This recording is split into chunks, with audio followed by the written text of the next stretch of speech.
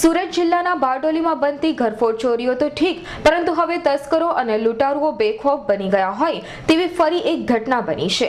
નગરના ભંડારીવાડના ટેકરા નજીક મારી માતા મંદિર ફળિયામાં એક બાળક સાથે પ્રિયંકાબેન ભંડારી નામની મહિલા ઘરમાં એકલી હતી। દરમિયાન મોઢા પર રૂમાલ બાંધી એક ઈસમ ઘરમાં પ્રવેશ્યો હતો। મહિલાએ પ્રતિકાર કરતા ઈસમે મહિલાની શરીર પર એસિડ છાંટી દીધું હતું અને બાળકના ગળે ચપ્પુ મૂકી કબાટમાં મૂકેલા સોના ચાંદીના ઘરેણાની લૂંટ કરી અને ભાગી છૂટ્યો હતો। અમિત ભંડારી મણીમારા ટેકરા પાસે બપોરે 1:30 મેં જમીને ગયો નોકરી પર। પછી મારી વાઈફ સુવા બેડરૂમમાં ગઈ। 2:15 થી 2:30 વાગ્યાનો ગારો હશે અને તેમાં કોઈ આવીને કબાટ ખખડાવવા લાગ્યો।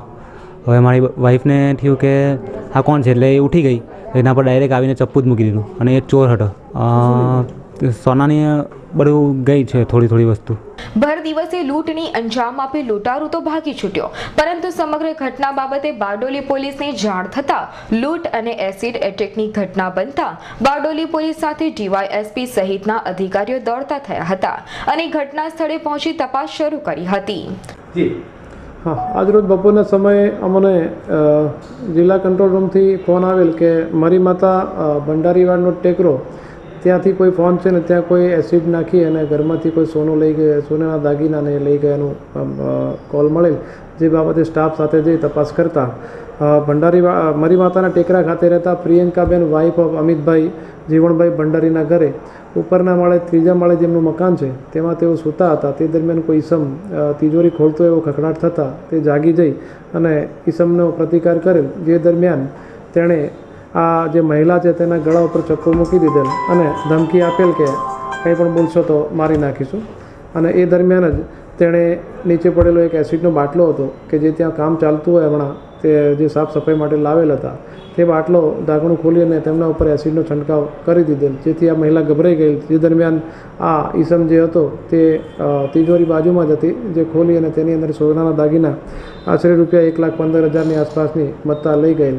તે બાબતે સ્થળ ઉપર જઈને તપાસ કરેલ અને જે હકીકત બનેલ તે બાબતે વિગતવારની આ મહિલા જે છે પ્રિયંકાબેન અમિતભાઈ ભંડારી તેની ફરિયાદ લેવામાં આવેલ છે અને આજુબાજુની જગ્યાની તપાસ કરી અને હાલની તપાસ શરૂ છે। સર, કયા પ્રકારની તપાસ ચાલે છે હાલમાં? હાલ તો એના ત્યાં છેલ્લા ઘણા ટાઈમથી કામ ચાલે છે। મિસ્ત્રી કામને અલગ અલગ કારીગરો પણ કામ કરતા હતા, તો તે બાબતે પણ થોડી શંકા છે। આ જે બનાવ છે એ ઉપરના માળે 3જા માળે આવેલી બારી જે છે બાજુના મકાનમાંથી કોઈ ઘૂસીને આમાં અંદર પ્રવેશ્યો એવી શક્યતા હોય, તેથી તે બાબતે પણ અગાઉ કોઈ મજૂર કે કારીગરો કામ કરી ગયા હોય તે પણ શક્યતા નકારી શકાય નહીં। તો તે બાબતે એ લોકોને પણ બોલાવી અને પૂછપરછ કરવા માટે આ નોંધ લીધેલ છે। ભર દિવસે દિલ ધડક લૂંટ બાદ સ્થાનિકોને ઘટના બાબતે ખબર પડતા મહિલાને ત્વરિત સ્થાનિકો દ્વારા સરદાર હોસ્પિટલ લઈ જવાઈ હતી, જ્યાં મહિલાની હાલત સ્થિર હોય ત્વરિત સારવાર કરી રજા આપી દેવાઈ હતી। દિવસોથી ઘરફોડ ચોરી બનતી યથાવત છે, ત્યારે ભર દિવસે એસિડ એટેક સાથે લૂંટની ઘટના બનતા બારડોલી પોલીસની સાથે જિલ્લા એલસીબી એસઓજી મળી વિવિધ ટીમો બનાવી તપાસનો ધમધમાટ શરૂ કર્યો છે। જોવું એ રહેશે કે લૂંટનો ભેદ ઉકેલવા પોલીસ ક્યારે અને કેટલી વહેલી સફળ થાય। સુરેશ રાઠોડનો રિપોર્ટ, બારડોલી।